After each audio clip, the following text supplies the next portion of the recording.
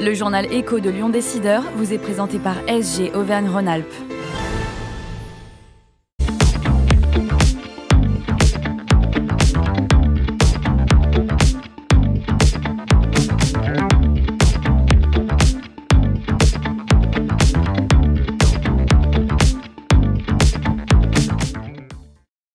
Bonjour et très heureux de vous retrouver pour une nouvelle saison dans le journal Écho de Lyon Décideur. Lyon accueille dans quelques jours une troisième Olympiade après les JO et les Jeux paralympiques de Paris 2024, à savoir l'Olympiade des métiers appelée WorldSkills. On en parle avec Florence Poivet, présidente de WorldSkills France. Bonjour Florence. Bonjour Jean-Pierre. Et merci d'avoir accepté notre invitation. Alors vous êtes chef Merci à vous. d'entreprise dans la plasturgie, vous avez été chef d'entreprise dans la plasturgie en Haute-Loire, présidente de la Fédération nationale de la plasturgie, grande spécialiste des questions de formation au MEDEF sous la présidence de Pierre Gattaz. Vous avez aussi été présidente du Prisme à Lyon. Cette présidence de WorldSkills France, c'est quoi? C'est l'apothéose de votre carrière? Je ne suis pas sûre que ça soit l'apothéose, mais ce dont je suis sûre, c'est que c'est un très grand bonheur, c'est une grande chance, parce que ça embarque une grande partie de mon ADN d'enfant suisse qui a grandi avec la formation professionnelle, qu'elle soit initiale ou continue, comme un moteur de performance, d'excellence et de réalisation de soi-même très très fort. Donc on est au cœur de ça avec WorldSkills France. Alors, les WorldSkills, comment ont-ils vu le jour? Dans quel pays? En quelle année? Faites-nous un peu d'histoire. Jean-Pierre, vous l'avez dit, c'est en quelque sorte, et c'est pas galvauder la marque, les Jeux Olympiques des métiers pour les jeunes de moins de 23 ans. Nous sommes au lendemain de la guerre. L'Espagne réalise qu'il faut reconstruire vite et bien avec les meilleurs. Quoi de mieux qu'une compétition incentive? Les Portugais disent superbe idée. Et ensemble, ils réalisent que de l'autre côté des Pyrénées, il y a les compagnons du devoir. Et l'aventure commence ainsi, à trois, avec des compagnons du devoir qui évidemment deviennent très présents par leur expérience. 70 ans plus tard, c'est 85 pays et c'est 60 métiers qui sont présents, dans une soixantaine de métiers qui sont présents dans la compétition, du tailleur de pierre à la cybersécurité. Et je prends volontairement ces deux exemples pour montrer que cette compétition qui a été voulue pour un besoin d'un pays, d'un marché, d'entreprise, elle a gardé ça dans son ADN. L'épreuve du tailleur de pierre pour un seul compétiteur, enfin le même compétiteur, première épreuve pour chaque pays, premier module digital, deuxième module mécanique, troisième module le geste traditionnel. L'épreuve a évolué au fil du temps en fonction des besoins des entreprises et on peut être sûr que si ce métier n'avait pas évolué de cette façon-là, Notre-Dame ne serait pas réouverte En le 8 5 ans. décembre. Et puis, cybersécurité pour montrer toute la modernité des métiers qui sont... Alors, comment fonctionnent les WorldSkills? Il y a des compétitions nationales, il y a tous les 2 ans donc une grande confrontation internationale. On l'a dit, donc ce sont les JO des métiers, en quelque sorte. Hein. Voilà. Alors, nous, les 85 pays, la chance que nous avons, c'est que nous avons un comité fêtier, le comité WorldSkills International, mais qui nous laisse extrêmement libre, chaque pays, de faire émerger notre équipe nationale des métiers. Et cette équipe peut avoir la taille qu'elle veut et on peut la faire émerger comme l'on souhaite. En France, ce qui se passe depuis un certain nombre d'années, c'est que les régions politiques, dans leurs prérogatives d'orientation, ont la mission de réaliser les sélections régionales. Chaque médaillé d'or, garçon ou fille, de son métier dans sa région a accès à la finale nationale. Et l'année dernière, en septembre 2023, c'est 745 garçons et filles, tous médaillés d'or de leur métier, de leur région, qui sont venus défendre leur titre national. Une fois ils arrivent à la finale nationale. S'ils sont médaillés d'or, ils ont accès à la finale internationale. Et s'ils sont médaillés d'argent, à la finale européenne. Et c'est un cycle de 2 ans. Pour chaque jeune, c'est un cycle de 2 ans.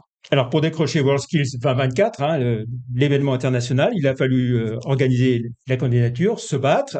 Lyon les a décrochés, c'est quoi? Lorsque David Kimmelfeld était président de la métropole, on peut dire que tout le monde patronal, professionnel, les élus se sont mobilisés. Oui, alors président de la République aussi. C'était le 3e essai. C'était le 3e essai de WorldSkills France pour gagner cette finale internationale en France. Et c'était en 2018 à Kazan. C'est l'Assemblée générale de WorldSkills International qui vote pour le pays accueillant.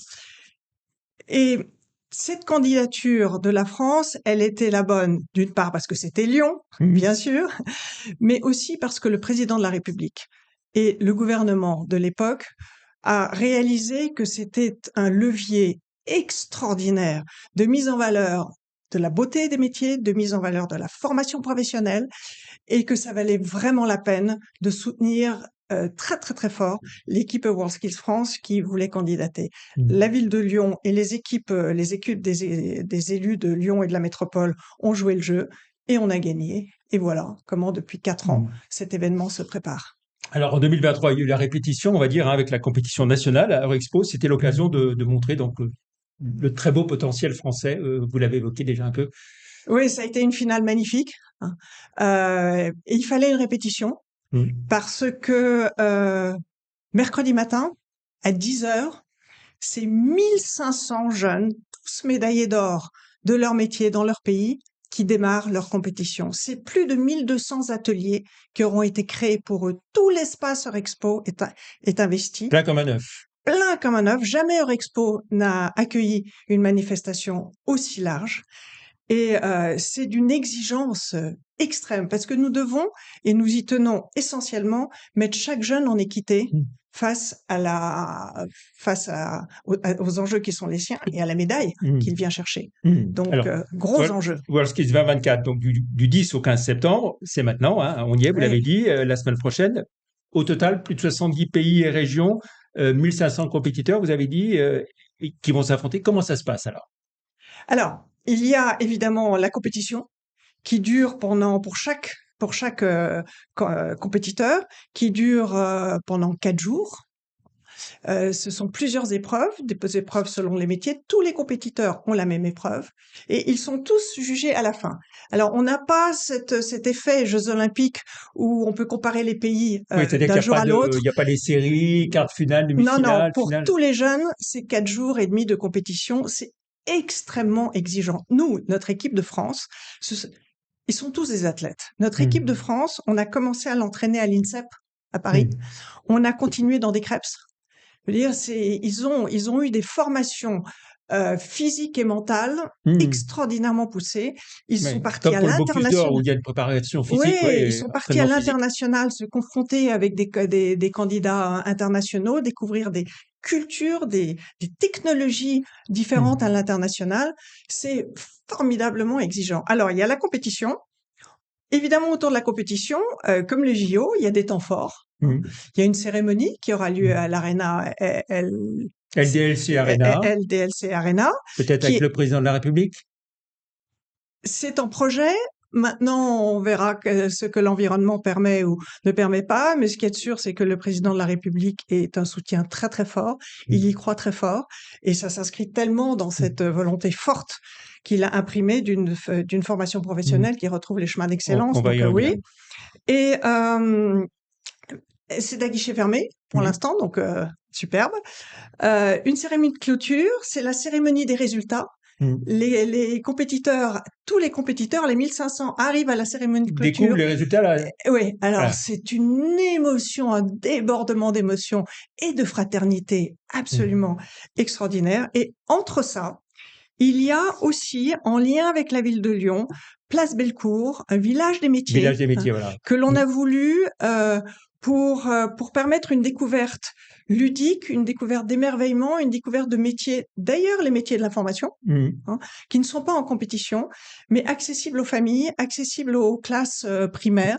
Donc venez nombreux. Donc Place Bellecour, de quand à quand pendant la durée des...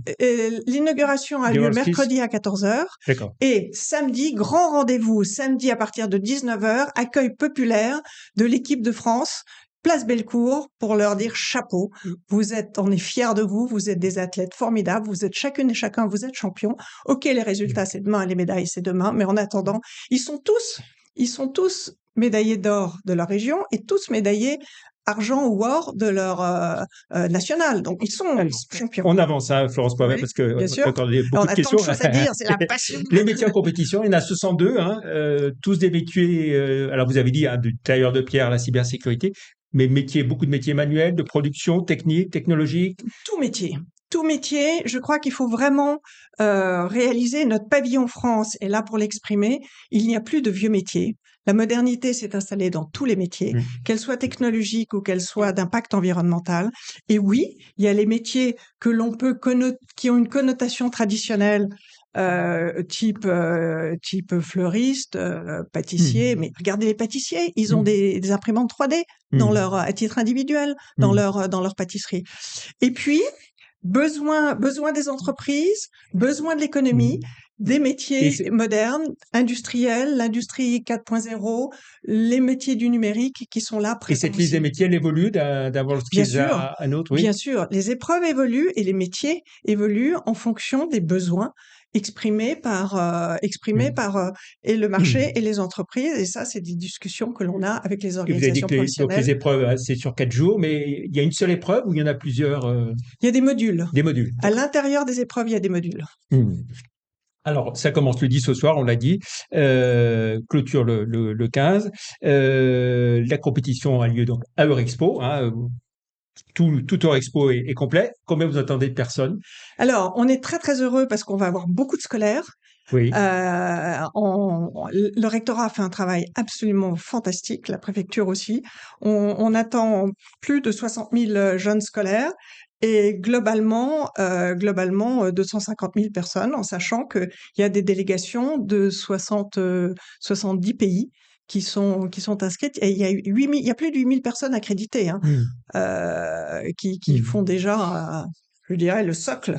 Le socle, mais donc voilà, un brassage de visitorat formidable. Et à Eurexpo, donc on l'a dit, le pavillon France de 1000 mètres carrés pour montrer les savoir-faire français, nos domaines d'excellence. Oui, alors l'ambition qu'on s'est donnée, c'est 2 waouh. C'est la France qui accueille le monde.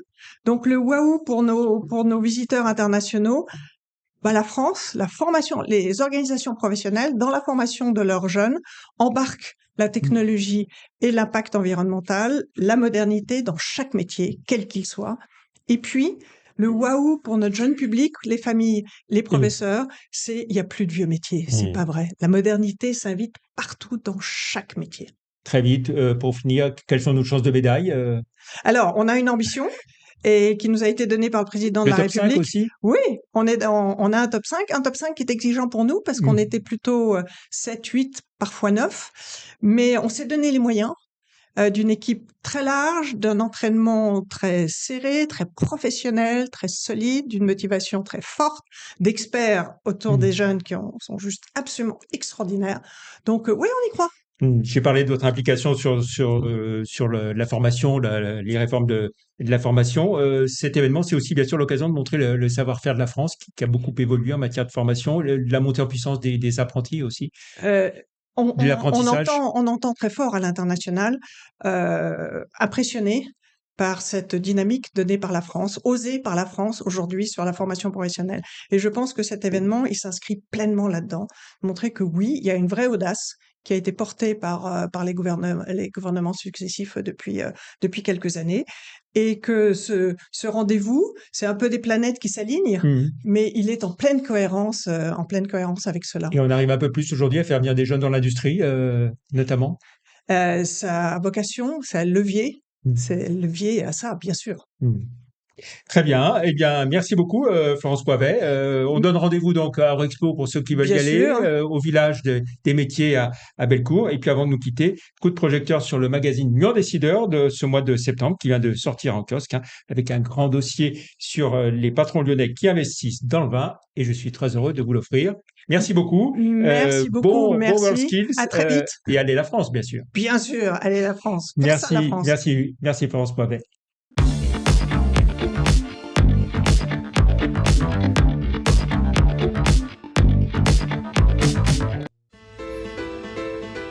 Faites grandir vos idées avec SG Auvergne-Rhône-Alpes.